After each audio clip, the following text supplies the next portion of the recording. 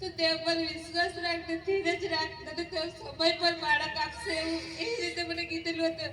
ત્યારે મેં નિરાશ બી થઈ જતી હતી, પણ જે દાદાનો શબ્દ મને યાદ હતા કે દાદાએ મને આવી રીતે કીધેલું છે કે તેઓ મને સમય પર આપશે.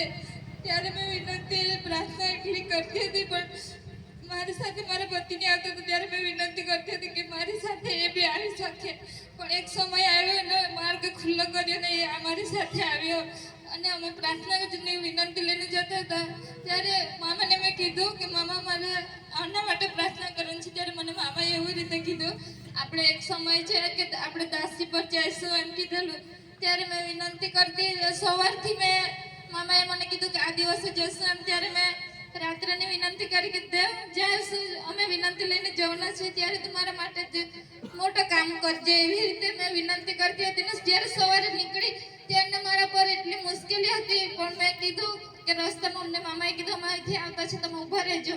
ત્યારે જ મારા રસ્તા પર ઊભું નહીં રહેવાતું હતું. ત્યારે મેં કીધું મારા કે મને આવી તકલીફ થતી છે એમ, તો બી તો મારા માટે માર્ગ ખુલ્લો કરે એમ. ને જ્યારે દાસી પર ગયા અને પ્રાર્થના અમારી ચાલતી હતી ત્યારે મને એવું લાગ્યું કે મારા જીવનની અંદર કંઈ કામ થયું છે એવું મેં અનુભવ કર્યો હતો ત્યાં.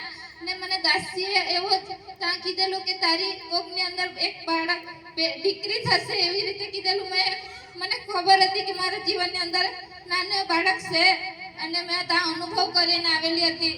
ત્યાર પછી સમય જતા મેં પ્રેગ્નેન્ટ હતી ત્યારે મારો 7મો મહિનો પૂરો થયો.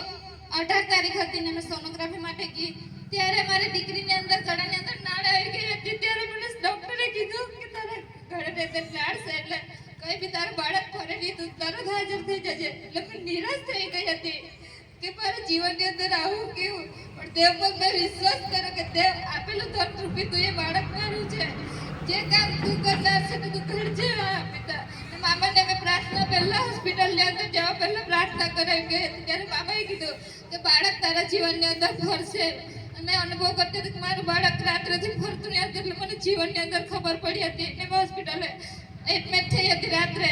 ત્યારે મને એવું રાત્રે ત્યાં એડમિટ થઈ અને મામાએ કીધેલું કે થોડા સમય પછી બાળક હલન ચલન થશે. એટલે મેં અનુભવ કરેલો હતો ને સમયની અંદર મને સારી રીતે ડિલિવરી બી થઈ શકી અને મને બાળક આપીશ. એટલે તમારો ખૂબ આભાર માનું છું. બધા મારી સાક્ષી લઈને સાંભળીને જશો એટલે તમારો પુષ્કળ આભાર માનું છું.